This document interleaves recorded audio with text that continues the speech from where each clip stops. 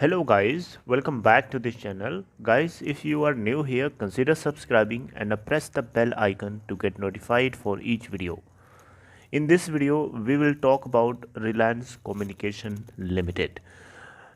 जी हाँ, Reliance communication limited के अंदर क्या चल रहा है उसको हम लोग जानेंगे और आपको बाइंग अभी करनी चाहिए, आई मीन एवरेजिंग आपको करनी चाहिए या नहीं करनी चाहिए अभी इस पॉइंट ऑफ टाइम पे, इसको भी हम लोग डिस्कस करेंगे। सबसे पहले अगर हम बात करें फ्राइडे के दिन की सिचुएशन की, तो देखिए यहाँ पे क्लोजिंग प्राइस जो है उससे पहले वाले दिन की वो वही है जो फ्राइडे के दिन की ओपनिंग है 2.00 के ऊपर और 1.95 का लो बनाता है और 2.05 का हाई बनाता है। हालांकि लोअर सर्किट देखें तो 1.90 का लगा था और अपर सर्किट 2.10 का लगा था। 52 वीक लो है इसका 0.60 और 52 वीक हाई है एनएसई पे 3.45 का।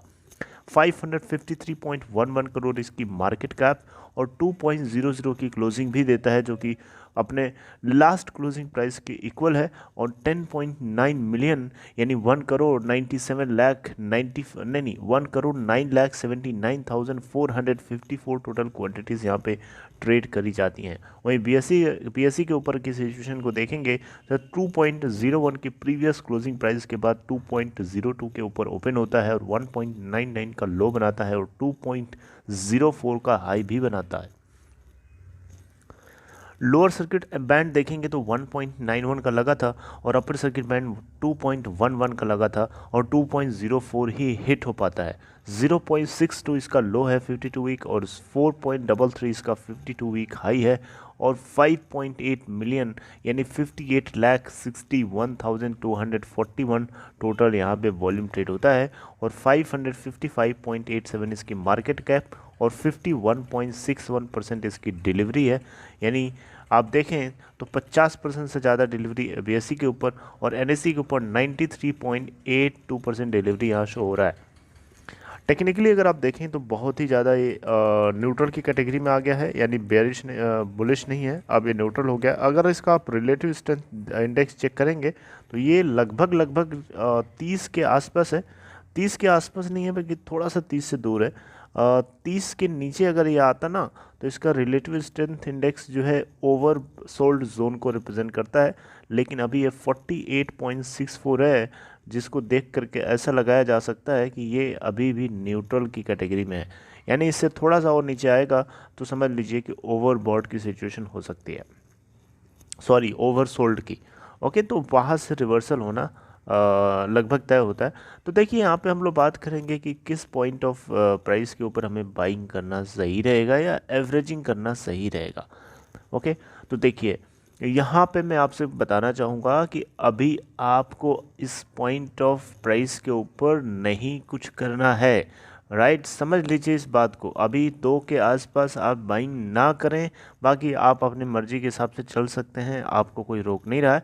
लेकिन 2.00 के आसपास आपको एवरेजिंग करना मेरे हिसाब से उतना ज़्यादा सही नहीं रहेगा, क्योंकि सिचुएशन बहुत ही हाईली अनसर्टेन बनाई गई है। आपको पता है 13th ऑफ जनवरी को इसकी बहुत ही एक इम्पोर्टेंट हियरिंग होनी थी दिल्ली हाई कोर्ट के अंदर, लेकिन उस हियरिंग को एडजर्न करके 21 के आसपास कर दिया गया है और 21 ही है, शायद मैंने आपको अपडेट भी किया था। तो उस दिन इसके ऊपर हियरिंग होनी है दिल्ली हाई कोर्ट के अंदर, और दिल्ली हाई कोर्ट इसके ऊपर किस तरीके का फैसला लेता है ये चीज़ भी तो पता करे, इसको डायरेक्शन देगा ना, कि उस हिसाब से आदमी समझेगा, सोचेगा कि हाँ ये होने वाला है, उसके अकॉर्डिंग चलो बाइंग करो या फिर सेलिंग करो।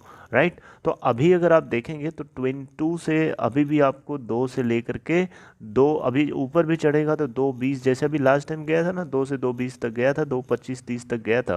राइट, तो इसी तरीके से अभी आपको 2 के आसपास ये मंडराता हुआ दिखेगा, लेकिन अभी इसके अंदर इतनी ज़बरदस्त रैली नहीं आएगी कि ये 2 से 3 या 3-3.5 रुपये तक जा सकता है। Are you getting my point? अभी आपको थोड़ा सा ये झिलाएगा, जैसे अभी झिला रहा था ना, वैसे अब ये परेशान करेगा, क्योंकि 21 जनवरी को अगर कुछ ऐसा होता है जो स्टॉक के लिए थोड़ा फेवर में हो, उस सिचुएशन में थोड़ा सा इसमें एक अप ट्रेंड दिखेगा। उस अप ट्रेंड में भी लोग अपने प्रॉफिट को बुक करेंगे और बाहर निकलेंगे। डेफिनेटली अभी बहुत लोग फंसे हुए हैं, लेकिन बात यहाँ पे सिर्फ एवरेजिंग की है, बाइंग की है।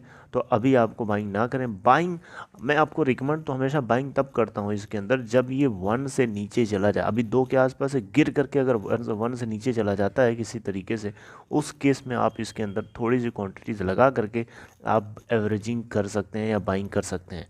राइट, अगर आप बाइंग करने के न्यू हैं, अगर आप इसके अंदर फ्रेश इन्वेस्टमेंट करना चाहते हैं, तो मेरे हिसाब से आपको एक बार सोचना चाहिए फिर से कि क्या आप सही कर रहे हैं। क्योंकि ये रिलायंस कम्युनिकेशन है, यहाँ पे आपको पता होना चाहिए कि ये इंसॉल्वेंसी प्रोसेस से गुजर रही है।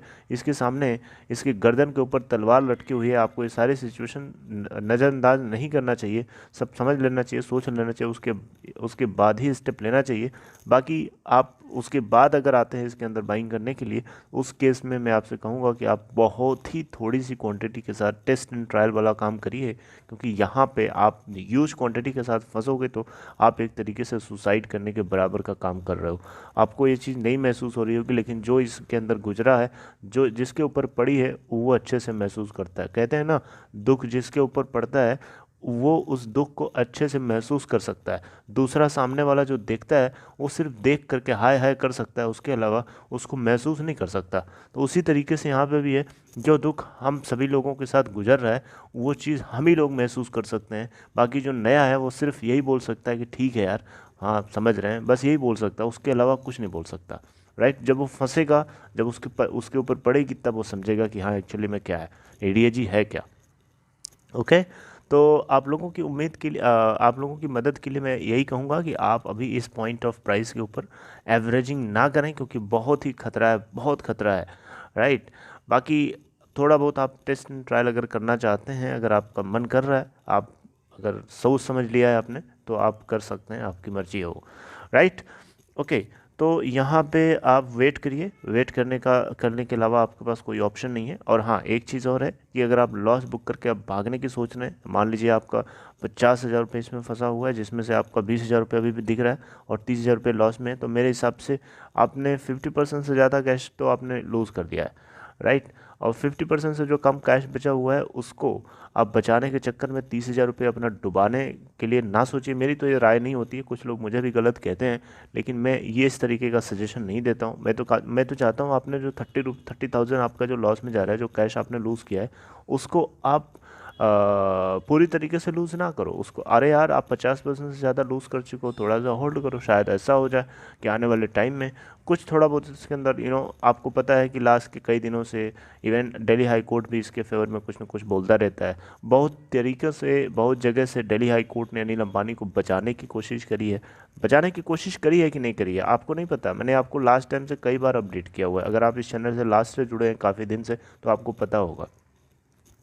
चाइनीज़ बैंक्स पीछे लगे हुए थे दिल्ली हाई कोर्ट के अंदर, स्टेट बैंक ऑफ इंडिया पीछे लगा हुआ था Delhi high court Reliance communication के अगेंस्ट में जाकर, लेकिन दिल्ली हाई कोर्ट ने हर तरीके से फेवर लेने की कोशिश करी, और जिसके पर्दे के पीछे अनिल अंबानी जैसा चोर आदमी छुपा हुआ है। राइट, तो आप जो है थोड़ा सा वेट करें ताकि कुछ ऐसा हो जाए जिससे थोड़ा ऊपर जाए, ताकि आप अपना लॉस को बचा पाएँ। क्योंकि आपने बहुत मेहनत से अर्न किया है, और 30,000 जब आप लूज़ करोगे ना, उसके बाद आपको बहुत तकलीफ़ होती है, दुख होता है यार। ऐसा लगता है कि ज़िंदगी में कुछ नहीं है। राइट, तो आपको ऐसा नहीं करना है। बाकी आप चाहे तो कर सकते हो, लेकिन मैं तो कहूँगा कि आप ना करो, क्योंकि लॉस बुक करने से बेटर है कि आप होल्ड रखो। शायद कुछ पॉजिटिविटी हो जाए तो आपका जो लॉस वाला अमाउंट है वो भी बच जाएगा, और आप बेच के निकल जाओगे, तो उस केस में आपका तो 100% 50% से ज़्यादा कैश जो आप लूज़ कर रहे थे उसको आपने 100% लूज़ कर दिया।